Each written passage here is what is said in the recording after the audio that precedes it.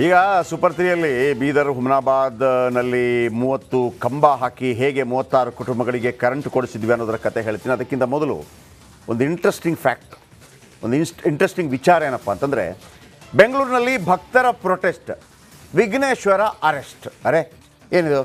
S, town hall ಮುಂದೆ ಜೋರಾಯಿತು ಗಲಭೆ ಕಿಚ್ಚು. ಟೌನ್ ಹಾಲ್ನಲ್ಲಿ ವಿಘ್ನ ನಿವಾರಕನಿಗೆ ಗಣೇಶ ಮೂರ್ತಿಯನ್ನು ಅರೆಸ್ಟ್ ಮಾಡಿದ ಪೊಲೀಸರು. ಗಣೇಶನ ಮೂರ್ತಿ ತಂದು ಪ್ರತಿಭಟನೆ, ನಾಗಮಂಗಲ ಗಲಭೆ ಖಂಡಿಸಿ ಪ್ರತಿಭಟನಾಕಾರರು ವಿಘ್ನೇಶ್ವರ ಕೂಡ ಬಂದಿದ್ದ.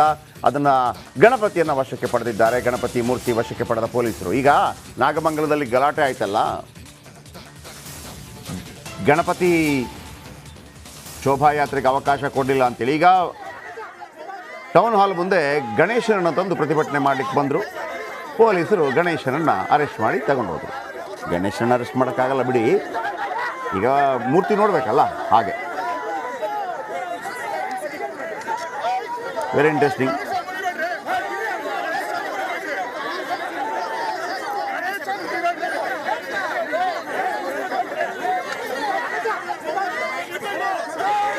ನೋಡಿ, ಗಣಪತಿಗೆ ರಾಯಲ್ ಟ್ರೀಟ್ಮೆಂಟ್ ಕೊಟ್ಟಿದ್ದಾರೆ. ಸೀಟಲ್ಲೆಲ್ಲ ಕೂರಿಸಿ ಪ್ರೊಟೆಸ್ಟ್ ಮಾಡಿದವ್ರನ್ನ ಒಣಗಿಸ್ತಾ ಇದ್ದಾರೆ ಹೊರಗಡೆ. ಭಕ್ತರ ಪ್ರೊಟೆಸ್ಟ್, ವಿನಾಯಕ ಅರೆಸ್ಟ್. ಭಕ್ತರ ಪ್ರೊಟೆಸ್ಟ್, ಗಣಪತಿ ಅರೆಸ್ಟ್. ಏನಿಲ್ಲ, ಕಾಕಿ ಆ ಥರ ಮಾಡಬಾರ್ದು ಅಂತೇಳಿ ವಶಕ್ಕೆ ಪಡೆದಿರ್ತಾರೆ. ಅದು ಬೇರೆ ಬೇರೆ ಅರ್ಥಕ್ಕೆ ಕಾರಣವಾಗುತ್ತೆ.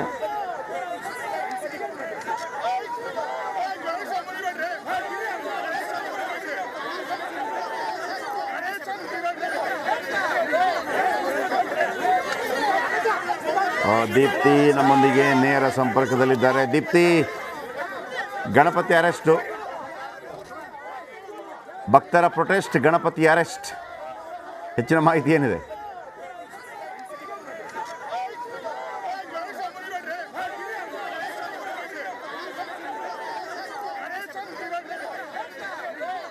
ಧ್ವನಿ ಕೇಳ್ತಾ ಇದೆ ದೀಪ್ತಿ? ಜೆಪಿ ಸರ್ ಹೇಳಿ. ಓಕೆ, ಭಕ್ತರ ಪ್ರೊಟೆಸ್ಟ್, ಗಣಪತಿ ಅರೆಸ್ಟ್, ಏನು ಅಪ್ಡೇಟು? ಅಂದ್ರೆ ಶಾಂತಿಯುತವಾಗಿ ಪ್ರತಿಭಟನೆಯನ್ನ ಮಾಡ್ತೀವಿ ಅಂದಾಗ ಯಾವಾಗ ಪೊಲೀಸು ಪರ್ಮಿಷನ್ ಅನ್ನ ಕೊಡ್ಲಿಲ್ವೋ, ಗಣಪತಿ ನಮ್ಮ ಪ್ರತಿಭಟನೆಗೆ ಬೆಂಬಲವನ್ನ ಕೊಡ್ಲಿ ಅನ್ನೋ ನಿಟ್ಟಿನಲ್ಲಿ ಗಣಪತಿ ಮೂರ್ತಿಯನ್ನೇ ಇವತ್ತು ಹಿಂದೂಪರ ಸಂಘಟನೆಗಳು ಕಾರ್ಯಕರ್ತರು ಕರ್ಕೊಂಡು ಬಂದಿದ್ರು. ಒಂದ್ ರೀತಿಯಲ್ಲಿ ಒದ್ದಾಟ, ನೂಕಾಟ, ತಳ್ಳಾಟ ಎಲ್ಲನೂ ಕೂಡ ಕ್ಷಣ ಮಾತ್ರದಲ್ಲಿ ಆಗೋಯ್ತು.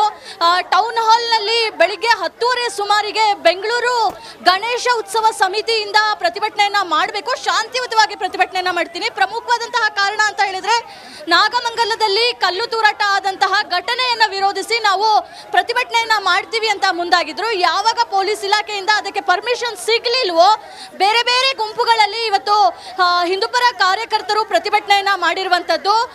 ಅಂದ್ರೆ ಪುನೀತ್ ಕೆರೆಹಳ್ಳಿ ಒಂದು ಒಳ್ಳೆ ಪ್ಲಾನ್ ಅನ್ನ ಮಾಡ್ಕೊಂಡೇ ಬಂದ್ರು. ಪೊಲೀಸರು ನಮಗೆ ಪರ್ಮಿಷನ್ ಕೊಡ್ಲಿಲ್ಲ ಅಂದ್ರೆ ಪರವಾಗಿಲ್ಲ, ಗಣಪತಿ ನಮ್ಮ ಜೊತೆ ಇರಬೇಕು, ಆತ ಶಕ್ತಿಯನ್ನ ತುಂಬಬೇಕು ಅಂತ ಹೇಳಿ ಗಣಪತಿ ಮೂರ್ತಿಯನ್ನ ತಲೆ ಮೇಲೆ ಹೊತ್ತು ಬೇರೆ ಭಾಗದಿಂದ ಬಂದು ಟೌನ್ ಹಾಲಿಗೆ ಬರುವಂತಹ ಪ್ರಯತ್ನಕ್ಕೆ ಮುಂದಾದ್ರು. ಅಷ್ಟು ಹೊತ್ತಿಗೆ ಪೊಲೀಸ್ ಅವರನ್ನ ಹೋಗಿ ಅರೆಸ್ಟ್ ಮಾಡಿರುವಂತದ್ದು. ಸದ್ಯಕ್ಕೆ ಯಾರೆಲ್ಲ ಬಂದಿದ್ದಾರೋ ಅವರನ್ನ ವಶಕ್ಕೆ ಪಡೆದು ಅರೆಸ್ಟ್ ಮಾಡಿ ಪೊಲೀಸ್ ಸ್ಟೇಷನ್ಗೆ ಕರ್ಕೊಂಡು ಹೋಗಿರುವಂತದ್ದು. ಮತ್ತೊಂದ್ ಕಡೆ ಇವತ್ತು ಈ ಒಂದು ಪ್ರತಿಭಟನೆಯಲ್ಲಿ ಗಣೇಶ ಮೂರ್ತಿಯನ್ನ ಅರೆಸ್ಟ್ ಮಾಡಿರುವಂತದ್ದು ಅಚ್ಚರಿಯ ವಿಚಾರ. JP sir, okay, thank you ನಿಮ್ಮೆಲ್ಲ ಅಪ್ಡೇಟ್ಸ್ಗೆ. ಗಣಪತಿ ಮೂರ್ತಿಯನ್ನು ಅರೆಸ್ಟ್ ಮಾಡಲಾಗಿದೆ. ಪಾಪ ಪೊಲೀಸರು ಇನ್ನೇನು ಮಾಡಬೇಕು? ಭಕ್ತರ ಪ್ರೊಟೆಸ್ಟ್, ವಿಘ್ನೇಶ್ವರ ಅರೆಸ್ಟ್.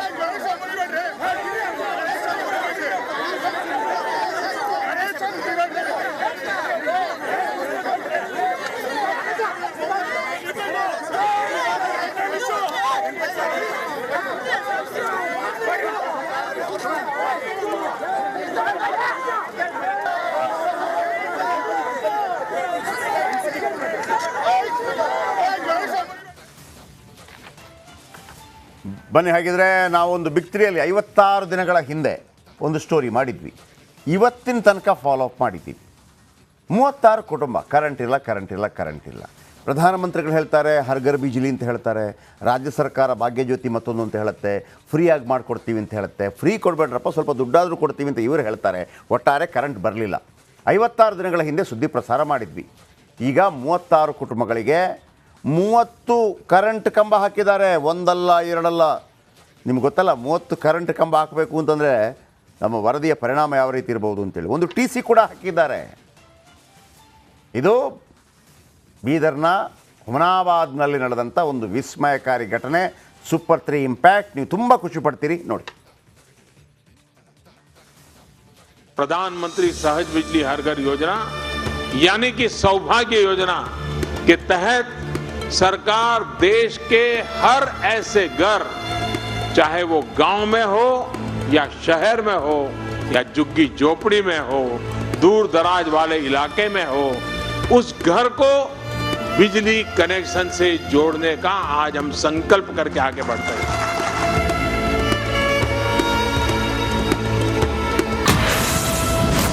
ದಿನಾಂಕ 12/7/2024, ಸಮಯ ಮಧ್ಯಾಹ್ನ 12. 6 ವರ್ಷದಿಂದ 36 ಮನೆ ಕಗ್ಗತ್ತಲಲ್ಲಿ. ನನಗೂ ಫ್ರೀ, ನಿಮಗೂ ಫ್ರೀ. 200 ಯೂನಿಟ್ ಮಾದೇವಪ್ಪನಿಗೂ ಫ್ರೀ, ಕಾಕಾ ಪಾಟೀಲ್ಗೂ ಫ್ರೀ. ಬೇಡ ಸರ್, ಫ್ರೀ ಬೇಡ ನಮಗೆ. ನಾವು ಕಾಸು ಕೊಡ್ತೀನಿ, ನಮಗೆ ಪ್ರಿಂಟರ್ ಬೇಕು, ಕರೆಂಟ್ ಬೇಕು ಸರ್.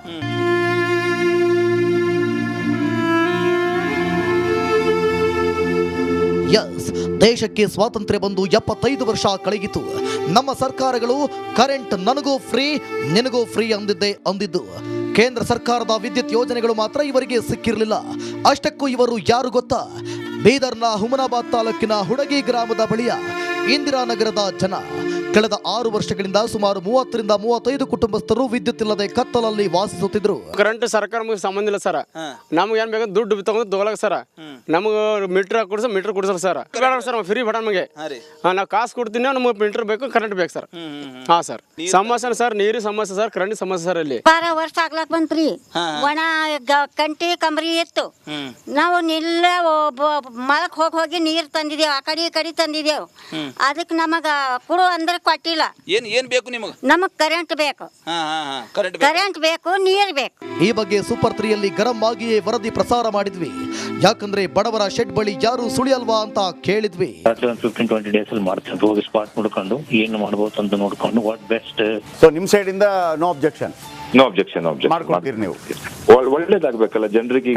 ಖಂಡಿತ ಸರ್, ಖಂಡಿತ. Thank you sir, thank you.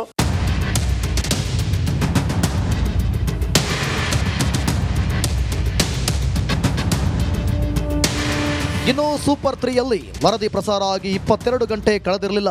ಅದಾಗಲೇ ಬಡವರ ಶೆಡ್ಡಿಗೆ